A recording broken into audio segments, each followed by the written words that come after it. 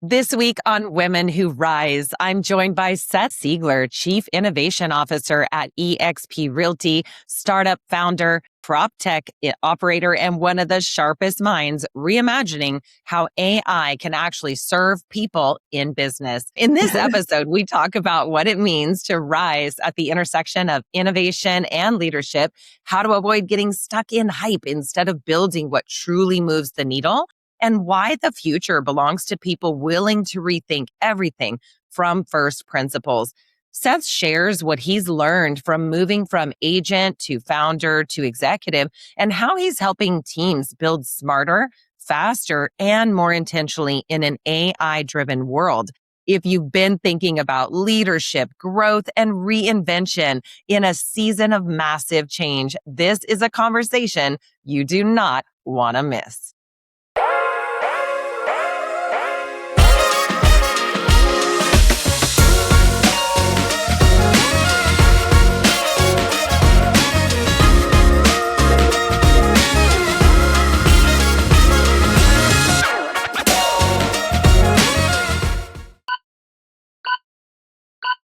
Hi, everyone, and welcome to Women Who Rise. I'm your host, Heather Mansy. Today, I'm joined by Seth Siegler, Chief Innovation Officer at eXp Realty and one of the most forward-thinking voices at the intersection of real estate, technology, and AI. Seth began in real estate as an agent and broker before building a career in prop tech as a startup founder with 2 exits, eventually stepping into innovation leadership at scale. At eXp, he's helping shape how agents and teams actually use emerging technology in the real world, not just to move faster, but to build smarter, more adaptive businesses. This conversation matters because Seth brings a rare perspective on what it means to lead through disruption, stay grounded in the people closest to the work, and rethink growth for an AI native future. Good to see you again, Seth, and welcome to the show. Thanks, Heather. Awesome to see you too. And thanks for having me on. I'm really excited. Absolutely. We are so excited to have you. Well, let's just jump right in. So, Chief Innovation Officer at eXp Realty, again, where you are working with agents to develop, test, and scale new technologies that can produce meaningful business outcomes. What does that really mean for real-world application for those agents inside the company? Yeah. Well, it's a great question. There's so much new every single day right now. All of the ways to describe it seem cliche. Like, yes, it's an inflection point. Yes, it's moving quickly. Yes, everything is changing. It's all true, but it keeps accelerating, and it's an opportunity at the end of the day for companies like eXp and agents everywhere, ideally the ones at eXp, to take advantage of the speed that everything's changing and of the new technology itself. Yes. So what I try to do is distill it. I try to get my hands on as much of the new emerging technology as possible, just as it comes out, even in some cases before it comes out, thanks to our relationships with some of the big AI companies, and see what works, see what can actually make a difference day to day for agents at eXp, just because there is so much noise and there is a lot of stuff that agents can waste their time doing or trying to dig into. So I try to do a lot of that for everybody and try to find out what works, what can actually move the needle, what can actually make a difference. And then the next level is what can we actually build for our agents at eXp using the new tech that can actually give them the unfair advantage, if you will. I love that. Yeah. And by the way, unfair advantage is never a bad thing. Right. We have to retool. Like you mentioned, this is moving so quickly. It's very interesting. I was around when in advertising sales when the first, web banner came out, and I got to be literally, I think I was the first person at my radio station to sell this thing called a web banner in 1996 Right. or 7. And the internet had already been around, but the idea of selling advertising on it was brand new. And then, boy, we just don't even, it's like the air we breathe now. It's really quite extraordinary to us. And AI, I mean, shoot, we're even the average person is, I think, using it at, numerous times a day. What are your thoughts about that?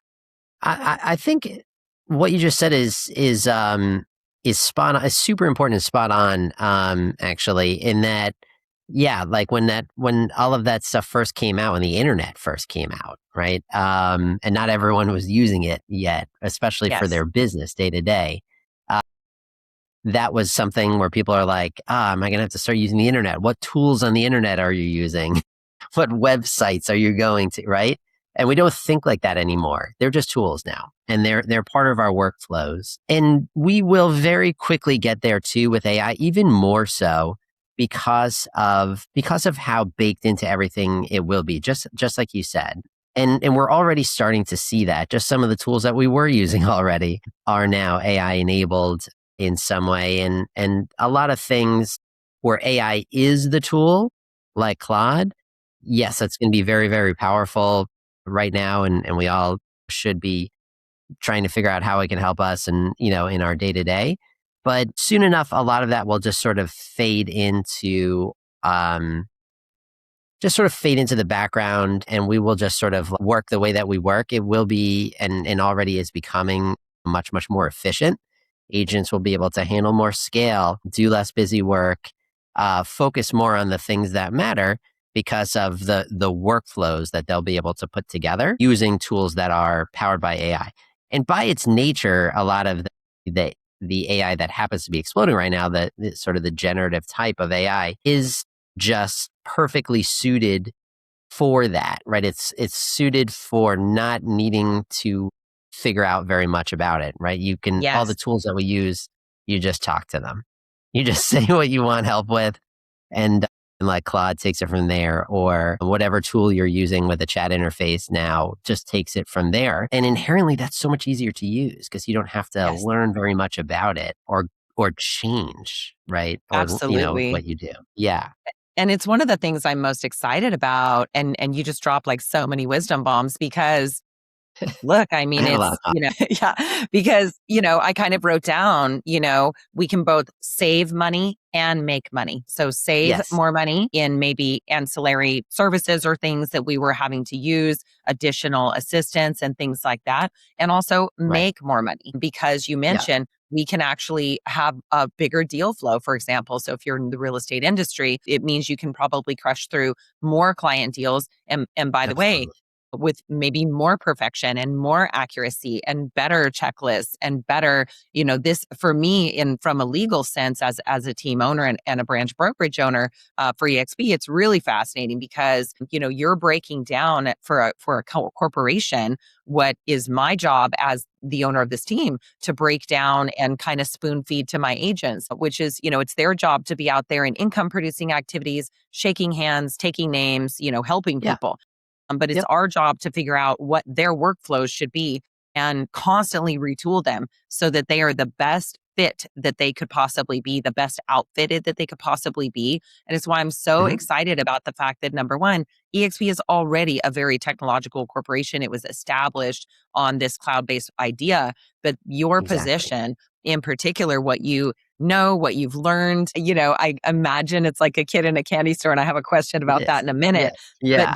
just the fact that you mentioned, look, the generative AI knows what you're going to do. And when I think about our generation, I mean, I grew up, graduated high school in 1990s, so you can do the math. But it's our generation has had to go from, having the first seat, compact disc player to being able to learn computers as a whole. I learned on an Apple IIe in seventh grade. Yep. And then to be able to go to learning the internet, absorbing that massive, massive change in our lives, learning apps and smartphones. And now they're just, I probably opened 30 apps this morning, before I Totally. even started work. It's just very Totally. normal. But I Right. love the fact that AI, like you mentioned, this adoption is going to happen so much faster than the internet because the simple fact that we're already an internet society, that's already That's it. happened. That's it. Yeah. Yeah. And we're just using the internet. We'll have to actually use the internet less, which is pretty sweet.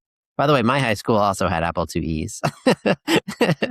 I So love that. Okay. I love yeah. that. Then we can Yeah. compare birthdays next. Yeah. I think it was my seventh or eighth grade, computer Yeah. class.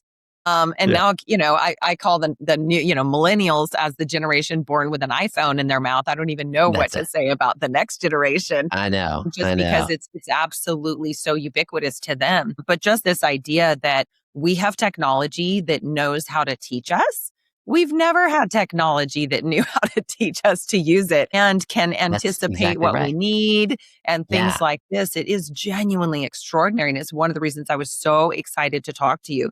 So I want to talk about something else. You were recognized as a 2021 and 2024 Housing Wire Tech Trendsetter and an Inman Innovator Award finalist in 2013, 2014, and 2016. You are publicly associated with the eXp's AI strategy and including the agent-facing tools, the beta solutions, innovation hub work, and AI-enabled internal productivity systems.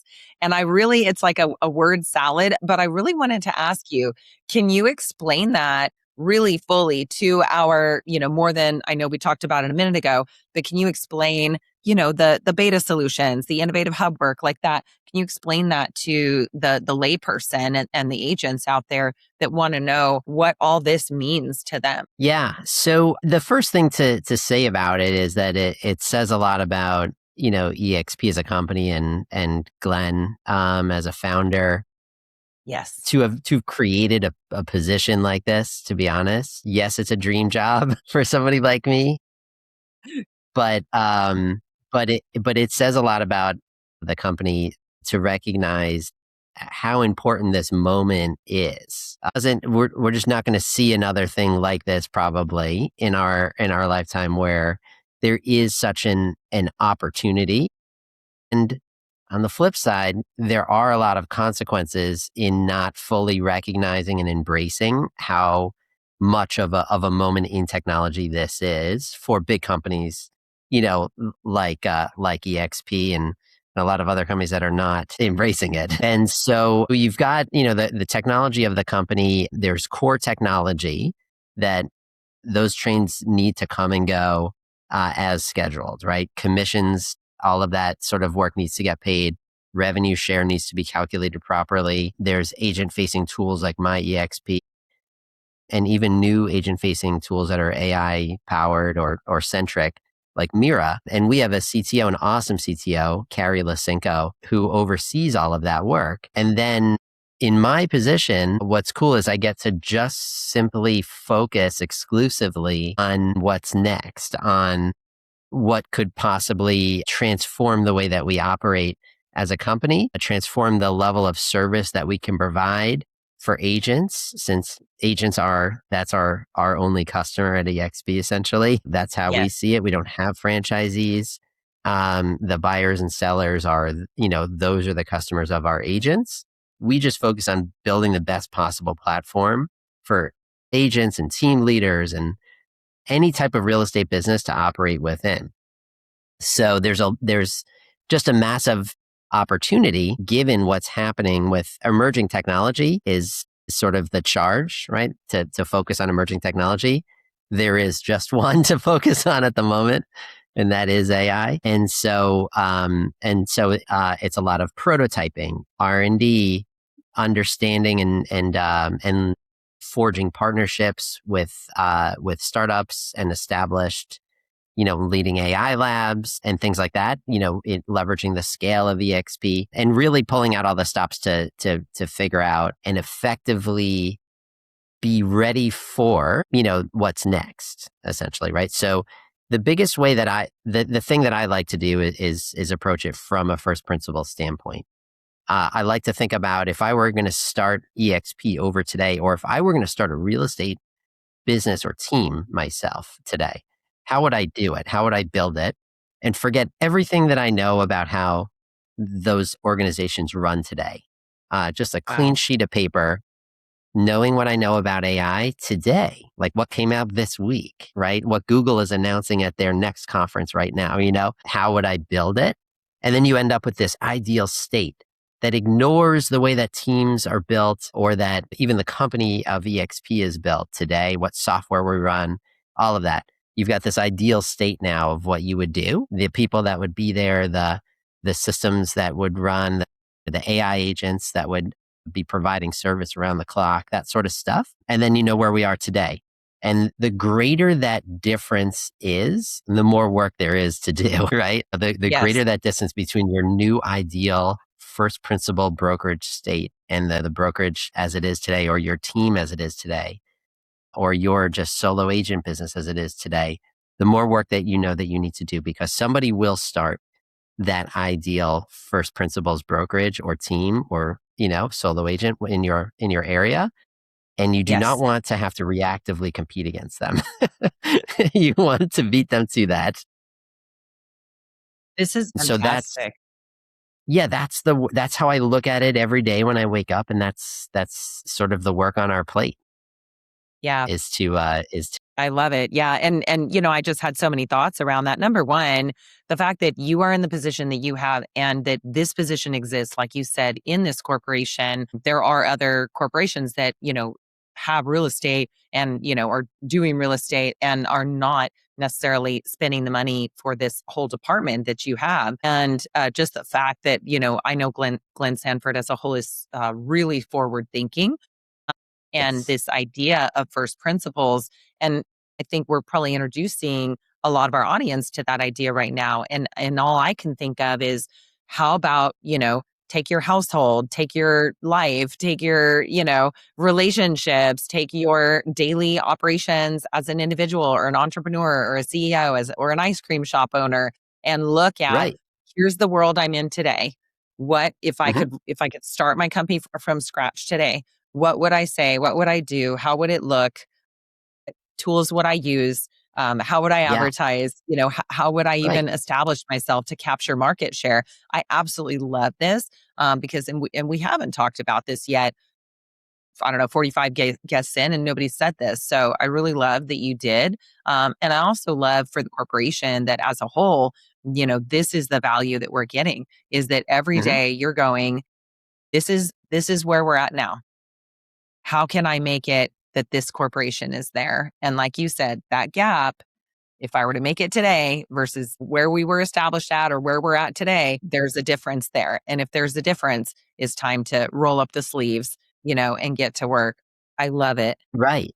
Right. And it's something I would challenge everybody to do, and sit down by yourself and question every single thing. If you say you're going to do something the same way, really red team that and ask why. Do we really need that? Could we build that ourselves? Would we be better doing it? So on and so forth. Anyways, yeah, I could spend a whole other Fantastic. podcast. But no, but I love that. Yeah, it's almost like any one of these concepts we could sit there and spend an hour on. There's something that, Totally. that you mentioned, and that's, the agent tools and things like that. Mira is fascinating. I'm guilty of probably not using Mira as much as, I could or should.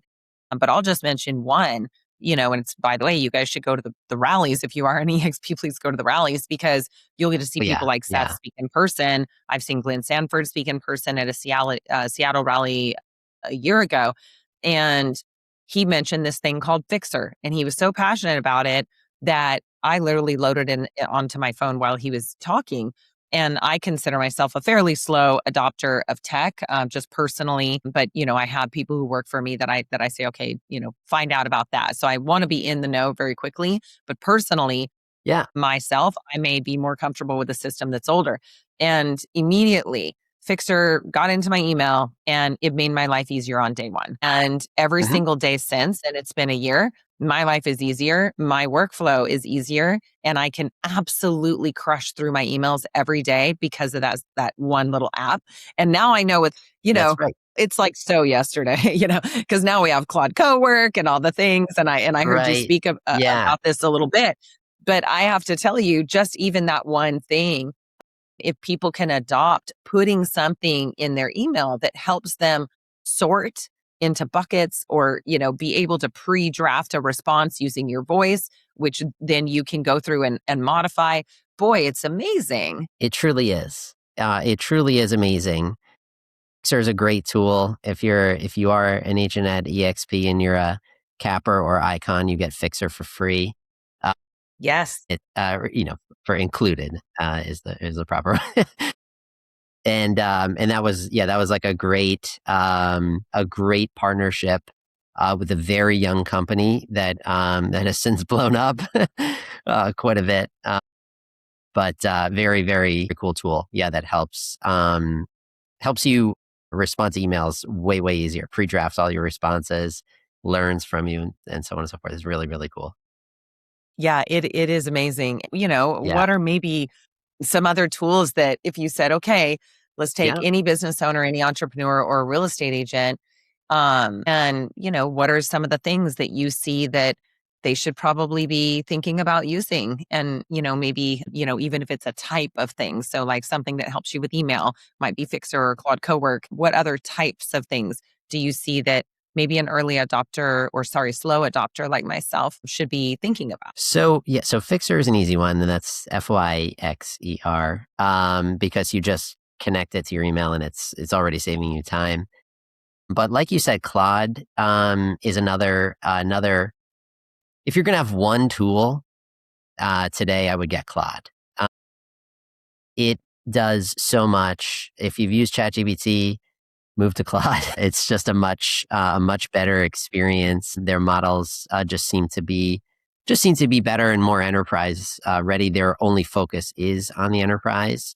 So if you're using it for business, it's just fantastic for that. So you've got chat, you've got, like you mentioned, Cowork, which is another sort of mode or layer inside of it. Cowork lets you use these connectors inside of the settings area to connect to different pieces of software that you use, things like Canva, your email, your calendar, if you use Notion. And then most excitingly, it can actually use and control your computer and browser. So you set the permissions, you set the sites it can go to, the files it can access. But if you get it configured, you can sort of create a new project inside of Cowork for whatever it is that you may want it to do. Let's say it's a task that involves let's say it's like a task for taking a new listing or something like that. And you can just go to the Cowork project and kick it off, give it the address or something, and then it will be able to do things like, total example here, use your browser to pull up the information about the new listing from your CRM. So you'll see it using your browser, going into your CRM, finding the info, pulling it out, using a connector to create the flyer in Canva, which is another benefit. Wow. Canva is another benefit that EXP agents get, by the way. This is And true. then use the Canva and just do all this work for you, right? And it's not the fastest thing in the world, but it literally doesn't involve you once you kick it off. And it's doing all this stuff agentically. And this is, I think, a very good example of where things are going, right? Because this was something, not only did it take time to do all of this stuff, but you're hearing, you're going to your email, you're going to Canva, you're going to your MLS, you're going to your CRM, right? And increasingly, as humans, who use AI, will have to go into fewer and fewer pieces of software. And those pieces of software will still exist for quite some time. But increasingly, our AI and our AI agents, not AI real estate agents, but just the AI that can do stuff, is called agentic AI, that can work autonomously. Those Yes, and will I was going to use the ask you to software define for. it for the audience, actually. What is an AI agent and what does that mean? Yeah, Like you're yeah, explaining, yeah. and I know a lot of people are just like, wow, what is happening? This is incredible. And It's we've super seen news cool. about it, It's but super cool. very few people have really, that I know, have really gone in and created an AI agent or used one.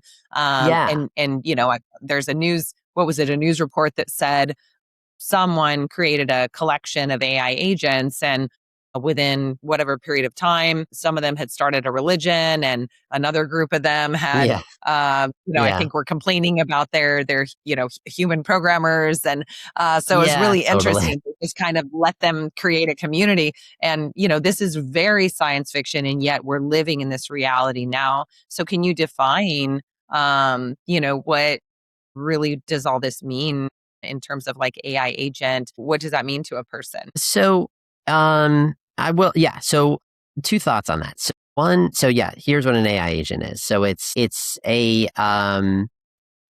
first, well, I'll preface it by saying the first thing is that if you've used Claude, if you've used ChatGPT recently, you're using an AI agent already. And an AI agent think of it as an AI that has some autonomy and decision-making skills and access to what's known as tools. So if you use Claude or ChatGPT and you query it to do something, ask it some information, you'll start to see a chain of thought dating back several months. You'll see a chain of thought, like it's deciding based on what your query is, if it needs to search the web, for instance, and you'll see it search the web. Yes. So that's a decision it made that it does need to search the web.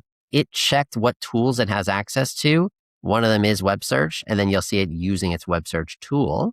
So that's like an example of an AI agent. And it's a very buzzy term. And there's a lot of consultants making a lot of money implementing and training people on what they are. And yes, there's like very powerful examples of having like a personal all-purpose AI agent like OpenClaw is something you may have heard of. But Yes. what I would say is it is what's happening right now. Like it is just what the AI is that we're all using is morphing into. It's all agentic AI. And it's what makes possible getting work done. Like having it get work done, what we all want, what we all were promised is agentic AI that will allow it to happen.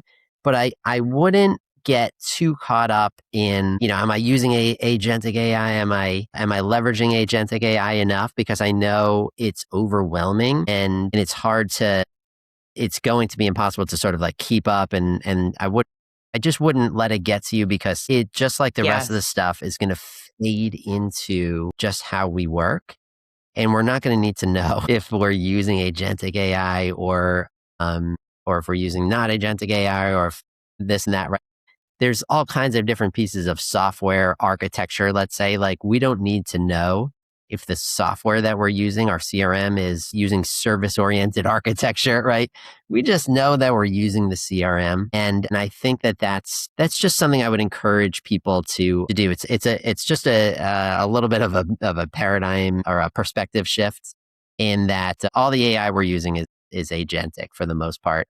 It's very powerful.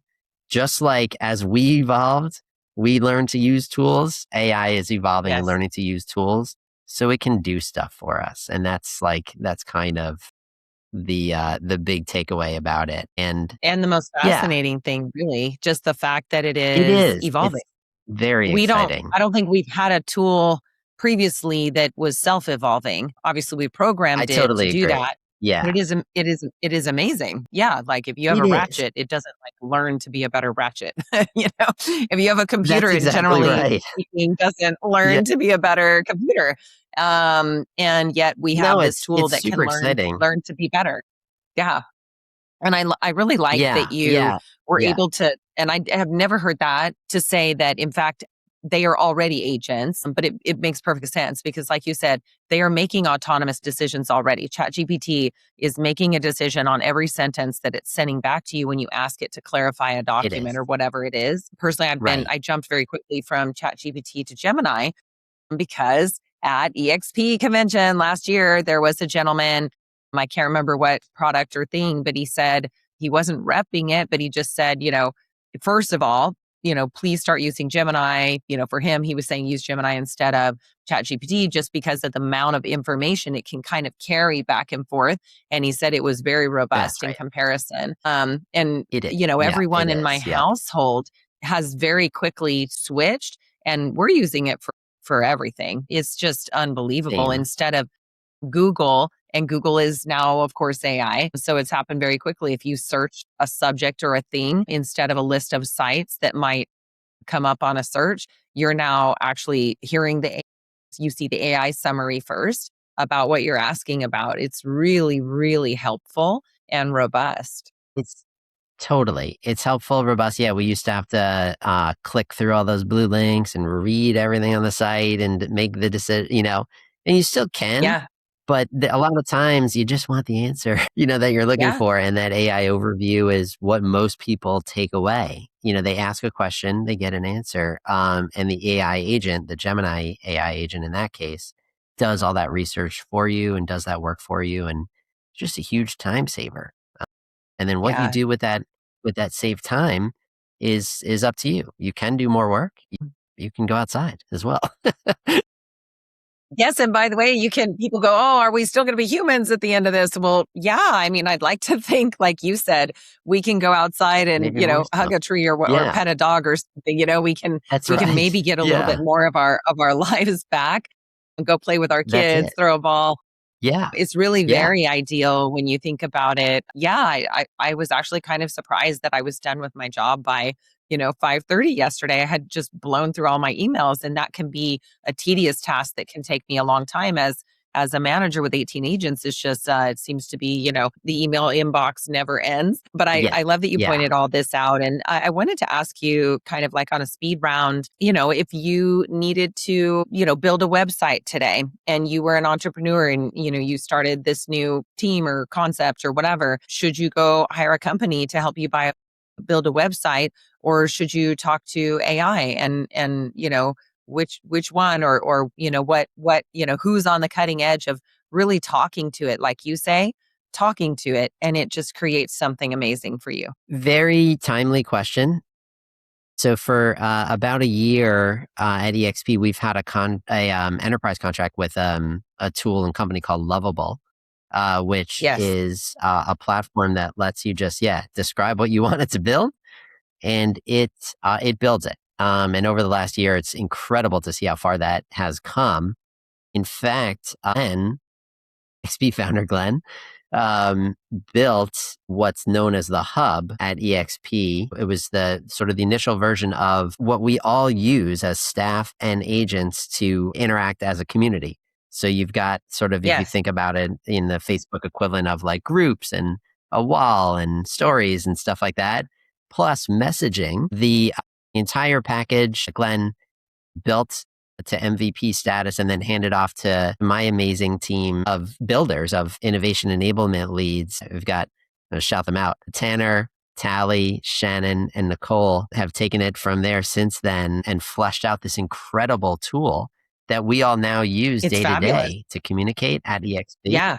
Yeah, with mobile apps and everything. We don't need Slack anymore. All kinds of amazing things have come from that.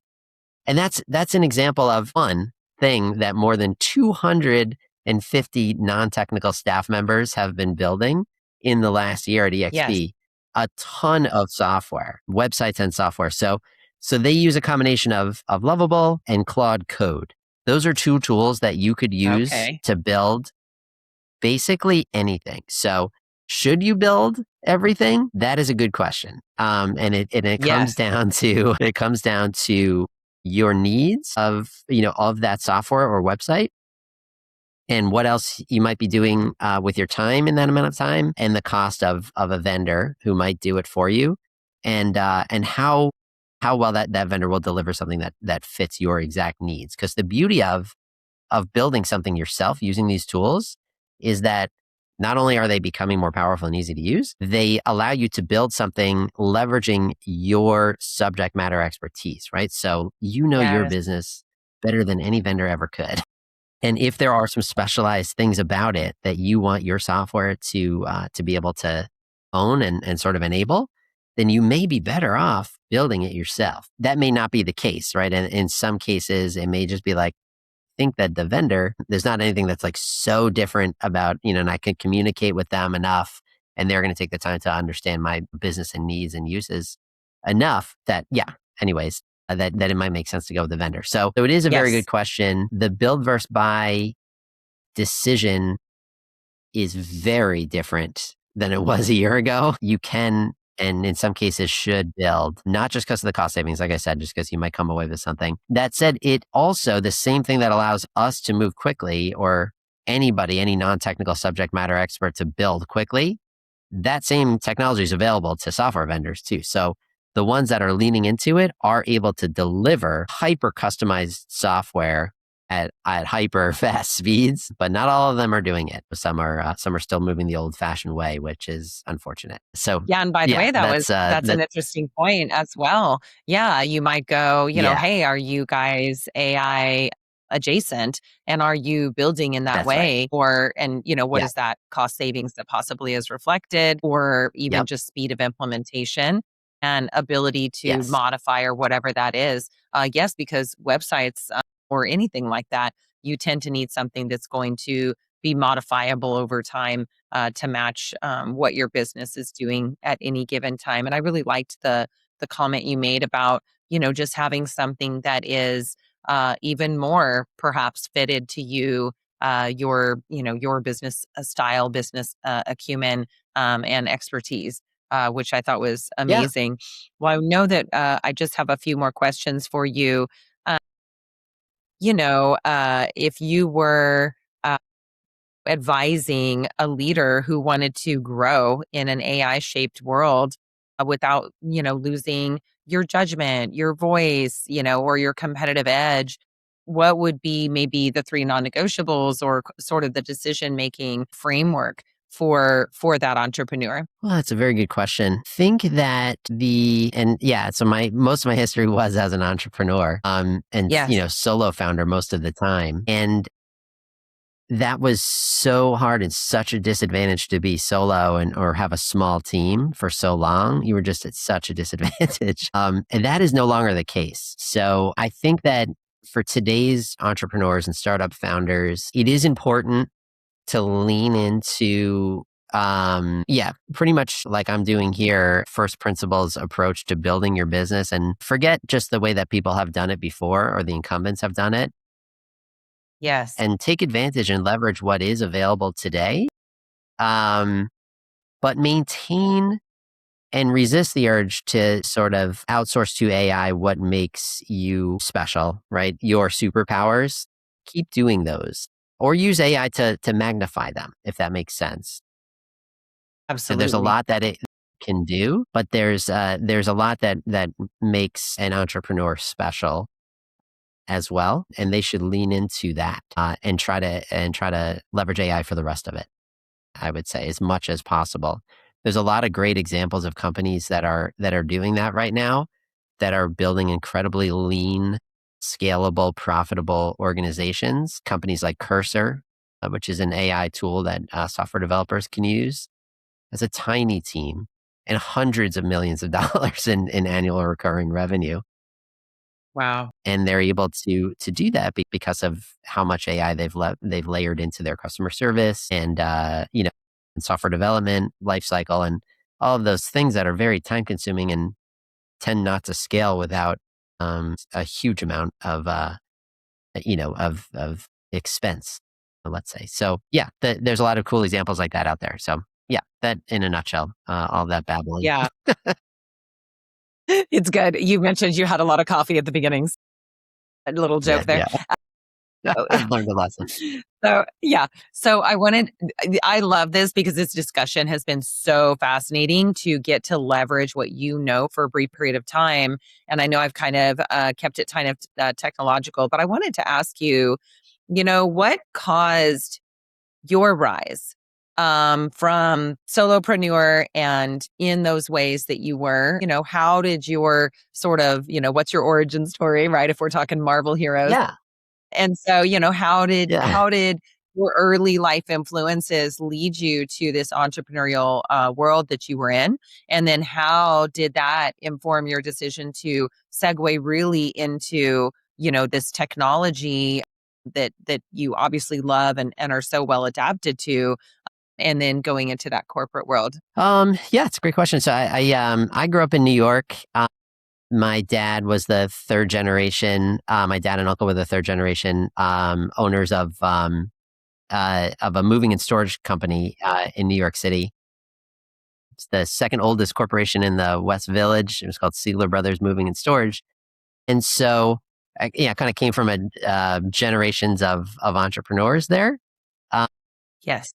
on my mom's side, my grandmother came to the U.S. To escape the Holocaust as a little kid. Like ran away from an orphanage and crossed the ocean and did a lot of scary stuff, and then made a life for herself in New York.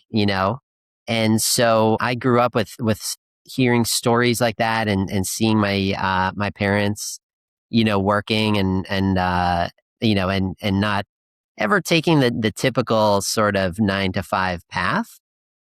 And Yes. so that was sort of just what I knew, And then they were always involved with real estate. It was always something that they did. And, as like buyers and sellers and stuff. And before I was born, my mom was an agent herself. And then when I graduated from college, I just decided to become an agent. I was around so many real estate agents from all their transactions and stuff.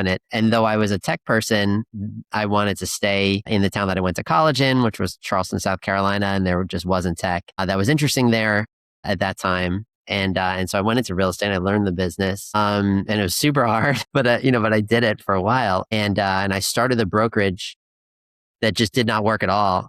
But I built a lot of cool tech for it, and other brokerages were interested in that in the tech, and so they were like, "Can we license that?" And I was like, that became the business, pivoted, and I was able to sell that little business, and that was like my first startup exit. And then that just started the whole sort of snowball from there. It was a buzzy little startup, and then even that exit was kind of buzzy, and everyone learned my name. I worked as the CTO of the company that acquired it for just a year, and then I went out on my own and built a whole bunch of software for a whole bunch of the names that we know in the real estate industry. And then did another startup towards the tail end of that was a little bit bigger, and VC backed that one and built a team and then sold that. And so again, people sort of knew my name. That during that time is when I met Glenn, as like he was a small startup founder at that time of a little company called EXP, and we just stayed in touch ever since Wow. then. And then as EXP was starting to blow up, during the long time that it was in the process of blowing up, it was in 2019 where we caught up, and I was exited of that VC backed startup, and we just decided like, hey, maybe there's an opportunity here. Innovation is a core value of EXP.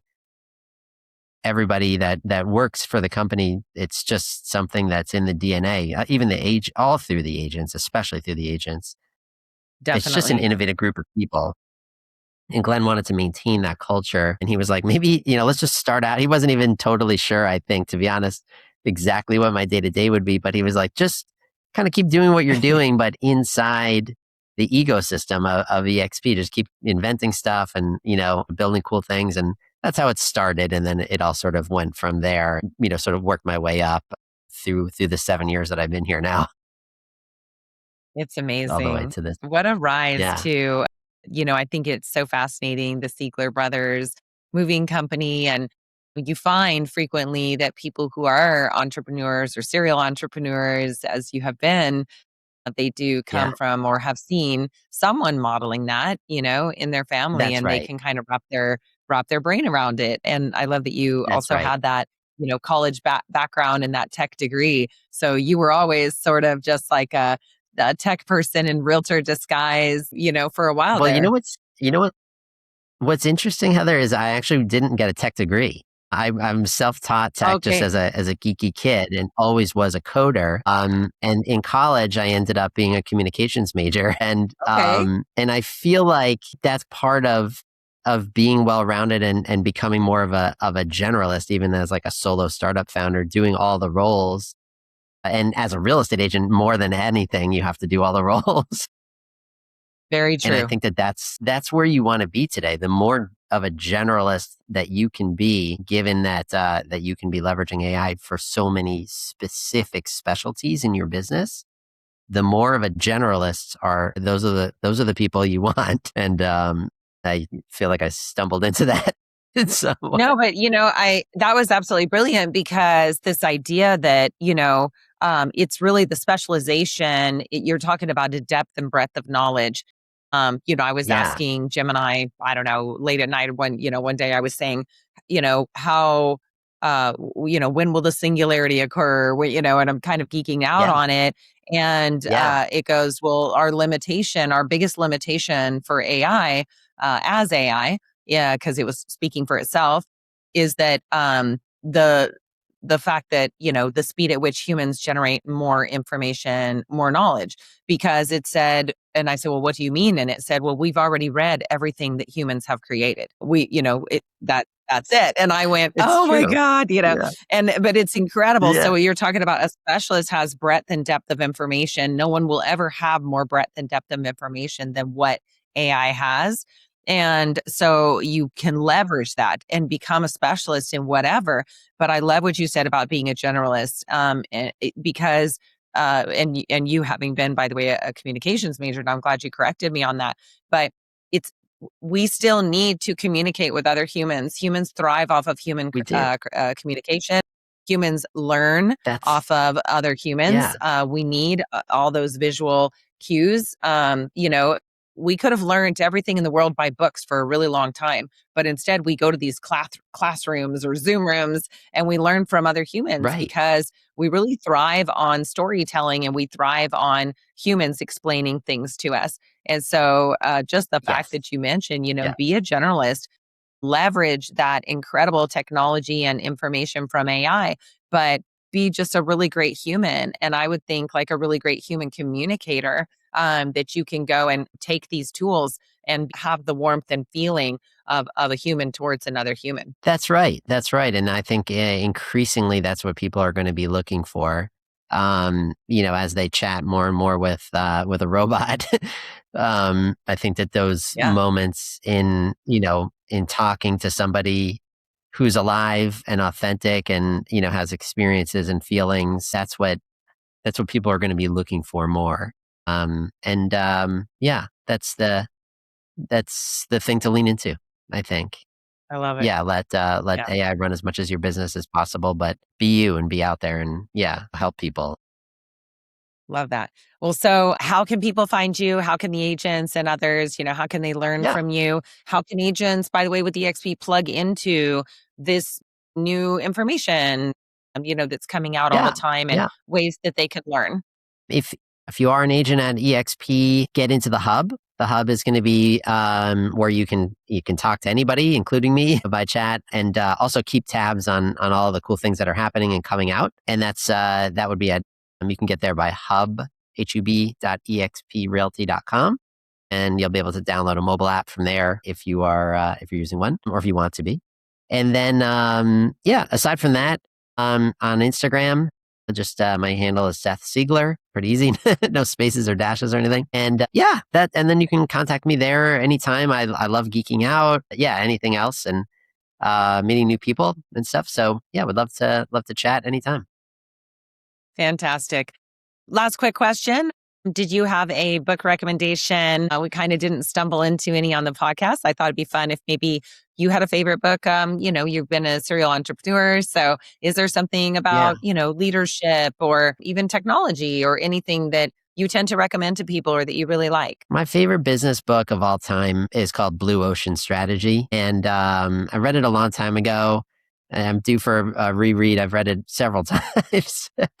It's just my favorite book about business and kind of a mindset to business where, in a nutshell, we all get just caught up in not taking a step back and just competing in what's known as a red ocean, where it's like everyone's doing it the same way. You're trying to do it incrementally different or better, something like that. And it's just like incredibly competitive. And you're in this race to the bottom. And the blue ocean strategy is to take a step back, and look at it from 30,000 feet or whatever, and see if there's a different way of doing it where there isn't even any competition, but just meets people where they are, where they want to be spending their money or hiring for your particular talent. There's a bunch of good examples in there. The original incarnation of Southwest Airlines, and so on and so forth. I won't spoil it actually. So, I do recommend that book. I just think it's great. And then for one more, a little bonus for one that's a little bit more current, our CFO Jesse Hill recommended this one. It's called Range: The Rise of the Generalist. So it speaks to a little bit more about what we were just talking about, how there is just this what was counterintuitive, this sort of value of people who are generalists and can guide AI, in all of the specialties that it'll be handling, where culturally we've all been sort of taught to specialize in something, and that's a little bit of a shift now. So that book is called Range. Fantastic. And I love that you shared that one as well. It made me think about, this, the concept, during the Enlightenment or something, or even after where we say like, Renaissance man or, someone who Yeah, kind of had That's right. dabbled That's right. or even a relevant amount of knowledge in a variety of subjects. And I think in ancient times it was called sophists, and they would have Yeah. this wide range of things that they understood or knew about. And it's I love that we're coming into an era when maybe that is in fact of great value. And in fact, we certainly are in a renaissance at this moment in AI. So super prescient on that second book. I love it. So thank you so much, Seth. Audience, please remember that you are going to, stay tuned and go to the website so that you can access our episode guide. Where you can actually, use some of these takeaways, and you'll have a worksheet where you can implement them in your own life and your own careers. So stay tuned for that. And for our recap, Seth, I just want to thank you so much. It has been absolutely phenomenal to be able to leverage such an amazing mind in business at this time, in technology, at this confluence, at a moment when we are just launching into all of this incredible world around us. And I'm just so happy and proud that we have you at EXP to help shepherd us into that. And so I'm really, really grateful for your time today. And thank you. Thanks, Heather. Thank you so much for having me on. This was super fun, and it's been great getting to know you as well. And yeah, anything I can ever help out with, I'm here. Love it. Awesome.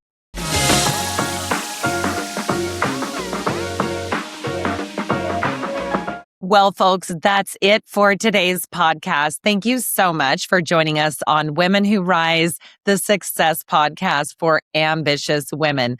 Today, Seth taught us, number one, use first principles to create the ideal business for today and then pivot to that.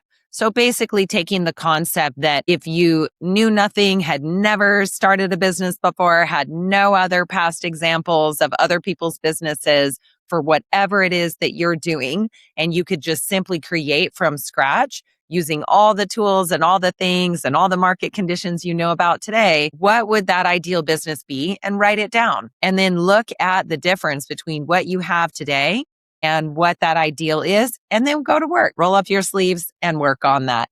Second, he said, resist the urge to outsource you to AI. Your uniqueness is your superpower. And he argues that it is that human component that is the part where your clients love working with you or whatever it is that you do, and understanding that you don't want to outsource that, your superpowers, your top value add for your clients. Those are the things you don't want to delegate to AI. You want to keep those as things that you yourself are performing, whether that's face-to-face contact, your voice, your essence in what it is you do in your business. Make sure that you are not leveraging out the superpowers and the core of who you are, because who you are is what's making your business so special for the clients that choose to work with you. And then third, leverage AI for everything else. Just talk to it. Just ask it how to help you. Hey, AI, I don't know how to do this. Can you teach me how to do this? Can you tell me how? What tools should I use? What AI should I use? And it's going to tell you, as Seth and I discussed on the episode, we're in a really fascinating time in the world. And that is a time that our tools are learning themselves how to get better all the time. And they are teaching us. They are capable of teaching us how to use them. This has never really happened before. And it is such a really unique and amazing time. It is all new, but that doesn't make it hard. It's just unfamiliar, and just go for it. And then fourth, we talked about specific apps. I wanted to kind of give you guys a leg up on some technology since Seth is obviously living in that world. I asked for websites. He said use Claude Code and Lovable. So if you're looking to build a website for yourself, you can actually leverage the new way of doing that. And that would be probably starting with Lovable and then also using Claude Cowork as well. We talked about making your life easier in email.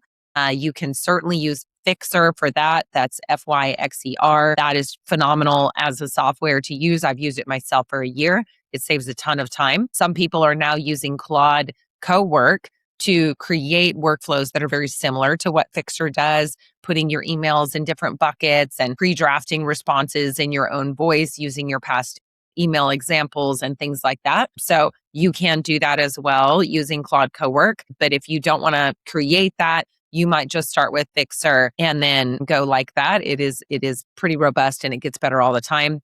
And then for your agentic workflows, so you want AI agents to do work for you, take this email, put it over here, go into Canva, make a flyer, all these kinds of things across apps and websites. For that, he said Claude Cowork for sure. And then lastly, for your large language models, use Claude or Gemini for your research and writing papers and, creating or doing anything with language, knowledge, that kind of thing, the written word. So finally, visit our website to find our episode guide and worksheet that will help you use these tips to take action in your own life. Please like and subscribe and join us everywhere podcasts are streamed. We can't wait to bring you more incredible content every week so that you can rise in your own lives and careers. Again, thank you so much. Heather Mansy, signing off.